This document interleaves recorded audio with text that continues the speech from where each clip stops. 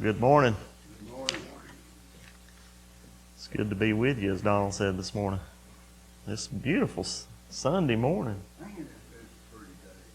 The Lord's just been gracious to us in this area where we usually are swamped in high humidity. And it's coming. If you don't think it ain't, just hang on. Or as the old adage, keep living.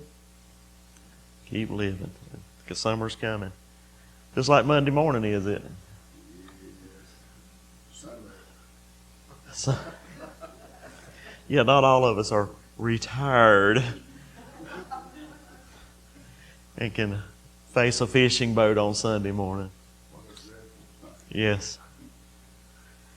It's good to be with you this morning. I trust you did have a good week in the Lord. You know, not long after I started getting up here, Holloway back there asked me, says, "Brother, do you practice what you preach?" That's a tall question. And I can tell you this morning, I'm not preaching, I'm teaching, something that for the past 2 weeks I've had to practice. And I want to share with you what the Lord has just worked me over about. Because we have an example here. Listen, this chapter is just amazing. Pride goeth before fall with Ahithophel. Hushai's counsel overcoming Ahithophel's counsel. You've got unnamed people that were part of God's plan. You see the wicked here being sent a strong delusion, and they believed a lie that those men weren't there when they were really there. So the God of this world has blinded them. All they saw was corn there. But there was a well there with 2 of the servants of David under it. Of course, we know they escaped and told David the message Hushai had sent. And then, in this chapter of 2 Samuel 17, there's like a pause here. We've talked about this before. Or a change in direction here where the battle's being prepared, but Ahithophel goes home and commits suicide in verse 23 here. It says, "And Ahithophel, when he saw that his counsel was not followed, he saddled his ass and arose and gat him home to his house, to his city, and put his household in order, and hanged himself and died, and was buried in the sepulchre of his father." Now, who was Ahithophel? Let's remember here. It was David's trusted counsel. And when they were marching out of Jerusalem in retreat, David stopped and was watching everybody go by, and he didn't see him. And he said, "Where is Ahithophel?" And what was their reply? "He's with the conspirators. He's with Absalom." So the question is, why would he defect?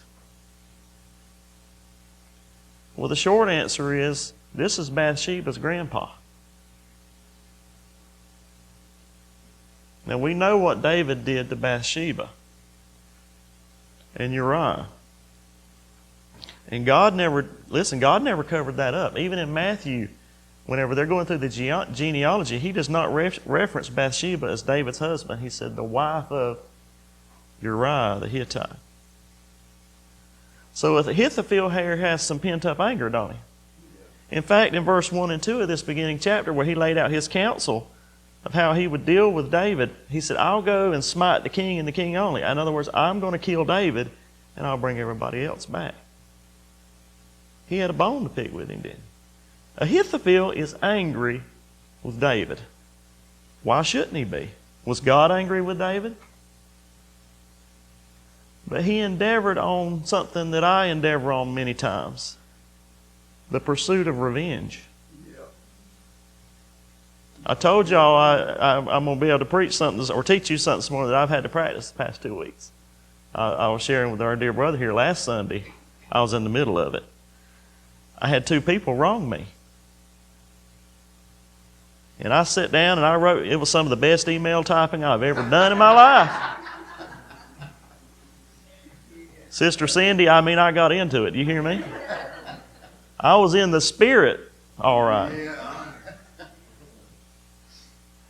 What did Matthew Henry say? I've quoted this before. As the wrath of man works not the righteousness of God, so the righteousness of God serves not the wrath of man. I wrote that email 3 different times, and every time I deleted it because the Holy Spirit said no. No. No. In fact, I'm going to share something with you. The Holy Spirit told me, said, if you send that, you will lose your job. That sent a chill down my spine. That's how much control I had lost. I'm being honest and genuine with you here because you're going to end up in the same boat if you're not careful. In fact, many of us probably in the past 2 weeks, if we can think about it, somebody wronged us. Somebody cut us off in traffic. And if it wasn't for Geico, we'd have run them over. What has happened to Ahithophel here?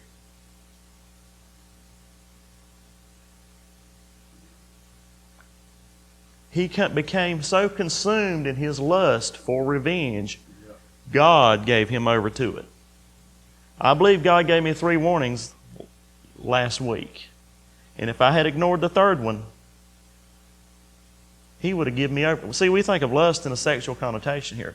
But there's a lust for power. There's a lust for money. There's a lust for revenge, to get even. Ephesians 4:26 says, "Be ye angry and sin not. Let not the sun go down upon your wrath."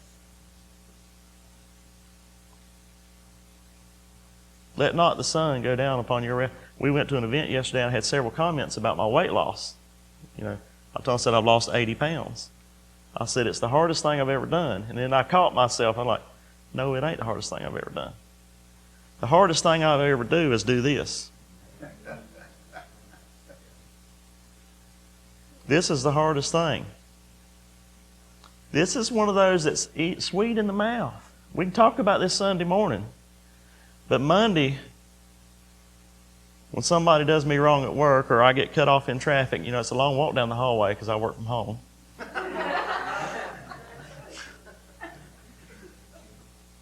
And I want my pound of flesh. Verse 27 of that chapter says, neither give place to the devil in Ephesians 4. Right after that. Now, why did Paul put that when he was writing to Ephesus? Be ye angry and sin not. Don't let the sun go down on your wrath. And then in the next verse he says, don't give place to the devil. See, Ahithophel had let the devil set up a booth up here. He got his foot in the door. And every day when Ahithophel would walk by the booth that he'd let the devil set up, he's like, here. You want to get him to do this. You want to get him to do that. You'll do that. Hey, try this. See, Ahithophel's anger was justified. So, I forget who said this, but he said, he that will be angry and not sin, let him be angry at nothing but sin. If we're going to be angry about something, what did Romans 12 say? Jesus, under the inspiration of the Holy Spirit, Paul wrote, vengeance is mine, I will repay, saith the Lord. Do you know why I want to take revenge? First off, I don't think God will do it the way I want it done. Unbelief. That sin that doth so easily beset me. I don't believe He's going to do it the way I want it done.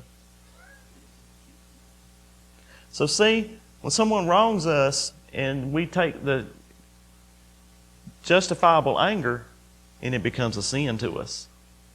First off, we're self-righteous. I automatically made myself better than those 2 guys that wronged me. I'm better than them. I would not do that to them. I'd do something else.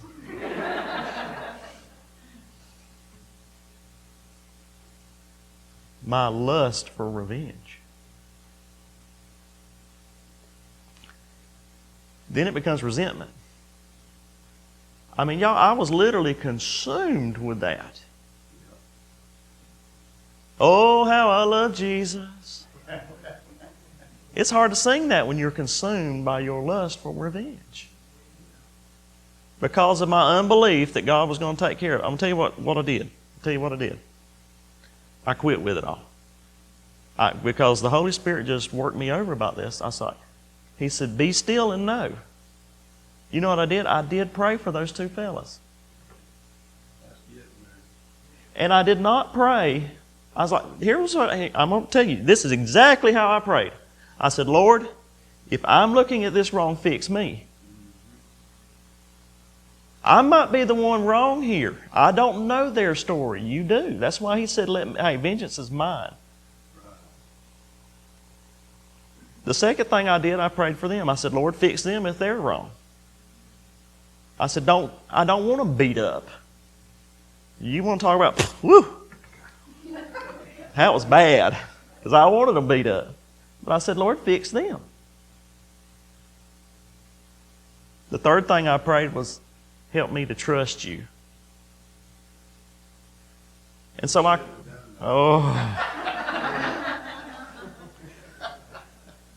sweet in the mouth and bitter in the belly.